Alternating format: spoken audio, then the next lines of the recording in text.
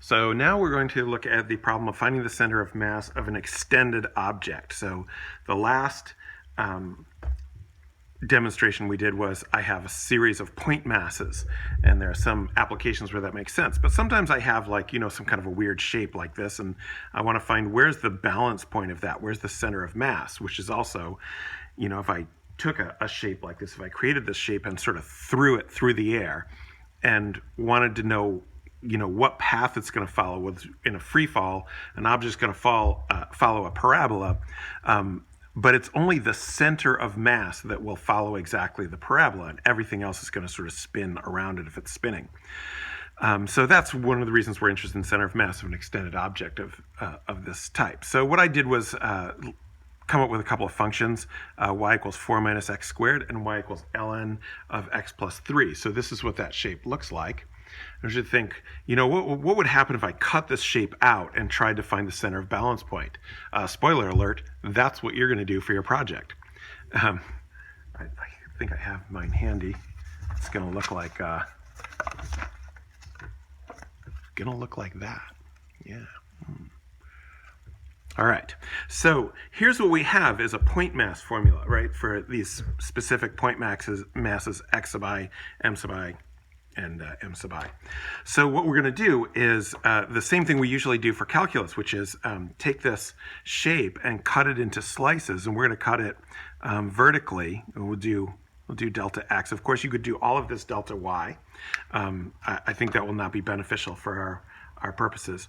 And then what we're going to say is, okay, each one of these little rectangles, and of course I'm going to put infinitely many rectangles in here, but each of one of them has a center of mass that is at the center. So, one thing that this depends on a little bit is that if I took any rectangle, and if I just cut out a rectangle, the balance point is going to be at the center of the rectangle. Technically it's at the intersection of the diagonals. That's what we mean by center. So if I had a rectangular object like this one, the balance point is going to be at the exact center. I'm not going to be able to do that because I'm uncoordinated, but that's where the balance point would be. If I wanted to suspend this, I would suspend it by balancing it exactly in the middle. All right, so what we need to do is integrate this. We need to take a limit as the delta x approaches 0 and the number of rectangles approaches infinity, right, where the delta x is, of course, is in the usual place. It's right here. So I'm going to make the delta x be smaller and the number of rectangles be larger. So the usual thing happens with a summation. We know how a summation turns into an integral. So the only thing we need to get a handle on is what is this m sub I? We know what the x is, but what is the m sub I? So what is the mass of one of these rectangles? So, this point right here, that's the center of mass of the ith area rectangle. And the mass of that rectangle, so the mass of that ith rectangle is going to be, okay, so if we assume that the density, so we're dealing with uniform density or constant density for now. So let's give that density a value of delta, which is commonly used in this type of analysis. That's a lowercase delta. This is an uppercase delta. This is a lowercase delta. So we're going to have the density be delta. Now, there are ways, by the way, to deal with all this. Like the two ways you're going to expand it when you get to your Calc 3 is the density might not be uniform. I might have some function of x and y that determines the density.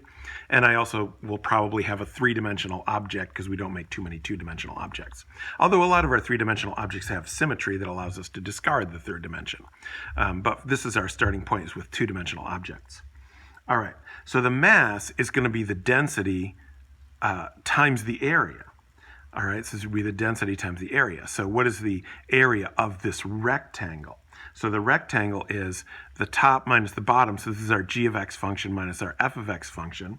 So it's going to be g of x minus f of x times the width, which is delta x. So basically this is saying I'm going to do the density times the area. This is the area a sub I right there.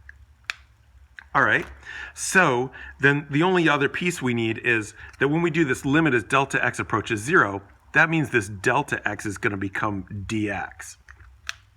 Then I can see that for my, as I take the limit, all right, the limit of this function, I'm going to have my sum is going to turn into an integral from a to b.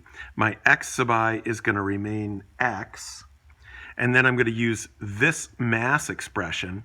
So I'm going to have times delta, whatever the delta is, and then g of x minus f of x, g of x minus f of x, and then dx. And that dx is accounting for the width of the rectangles, which was delta x up here. All right, so now I have a nice integral there. And over my denominator, which is going to be just the masses. So I'm just doing the integral of this part, and I just don't have the x. So I have integral from a to b of delta g of x minus f of x dx. So I can see, since the delta is a constant, I can factor it out of the integral and then cancel it. So I just have this integral from a to b of x g of x minus f of x dx over integral from a to b of g of x minus f of x dx. And I don't really need that parenthesis there, so get rid of that. All right, so one of the things that happens is that the center of mass does not depend on the density as long as the density is constant. So for that reason, sometimes we think of the center of mass being a property not of necessarily the mass of the object. It's a property of the geometric figure. So that's why this is also sometimes called centroid. So the centroid is the idea that the center that we're finding really belongs to the shape. It doesn't depend on the mass. But it also, by the way, is called center of gravity. So you will, which it obviously corresponds to center of mass. So these are just three different names for the same thing that you will probably encounter at some point. All right, so now what I want to do is go ahead and evaluate these integrals for this particular shape with this upper bound and this lower bound. So this is my g of x, this is my f of x. So for this particular shape, x bar, which is the x coordinate of the center of the mass, is going to be the integral from, all right, so I need to find out where these things intersect. And I can't really solve that equation analytically, so I'll just have my calculator do it. This intersection is clearly just negative 2, 0. And it might not be exactly negative 2, 0, so let me just think about that. Well, I'd have ln of negative 2 plus 3, that's 0. 4 minus negative 2 squared, that's also 0. So yeah, this point actually is exactly negative 2, 0. So that's my lower limit of integration. So then I just need this point over here, and it's 1.575, 1.521, but I only need the x coordinate because I'm integrating with respect to x. So 1.575 of x times, so my g of x is the 4 minus x squared, my f of x is the ln of x plus 3, and that's dx. And I'm going to put that over the integral from negative 2 to 1.575 of just this. So just the 4 minus x squared. I guess I don't need the extra parentheses because I don't have an x, but whatever. ln of x plus 3. I'll just close that since I opened it, dx. All right, so now all I have to do is evaluate this. So what I've done in terms of calculator work is I've already put in the two functions. So here's my g of x and my f of x.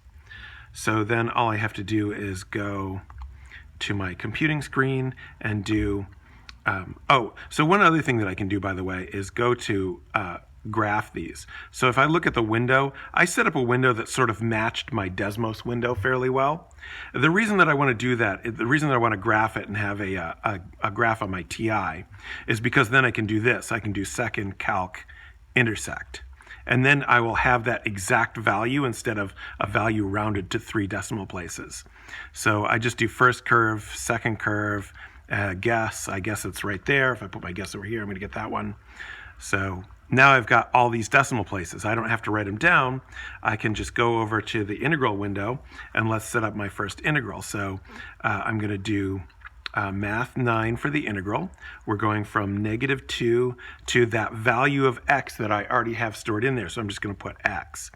All right. And then I have x. So I'm going to hit x. And then since I have these functions in in the y values, I can just go variables, y variables, function y1, because it's my 4 minus x squared. And then I guess it's just y1 minus y2 if I follow this expression right here.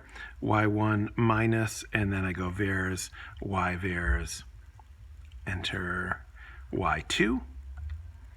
And it looks like we need another close, so I will, I think I can just hit a close there. Is that good? Yeah. And then dx. That integral look good to you? Nilla, what do you think? Looks good? Okay, we'll do it then.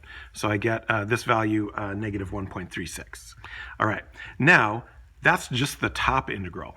So now I need the bottom integral, but fortunately the bottom integral is very similar. So I can just go up here, copy that one, and then just take out the x. I can even leave the parentheses. It doesn't matter if I leave them. So I'm just going to take the x out. All right, and that's going to be this integral down here. So I hit enter. I get 6.949. And then what I need is this top integral, which is this one, divided by this bottom integral. So I can just come up here and snag this one, say enter, and then divided by, and then this number, enter, and then enter again. And I get negative 0.196. So it equals negative 0.196.